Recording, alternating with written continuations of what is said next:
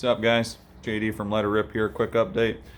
Just got off the road from Maryland. I'm actually a truck driver by day, side by side by weekend. Anyway, we ran into a couple situations here on Ol Yeller last weekend.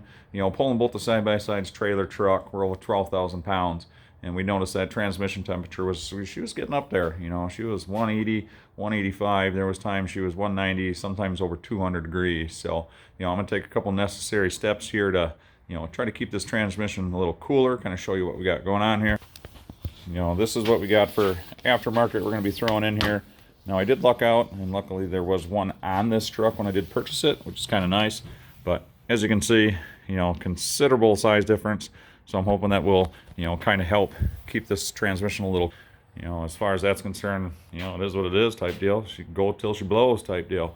So we've got a bunch of things planned here coming up in the next several 2-3 weeks, not to mention here in the next couple months. Crandon, we got a bed and breakfast up there. We'll be staying, get some riding.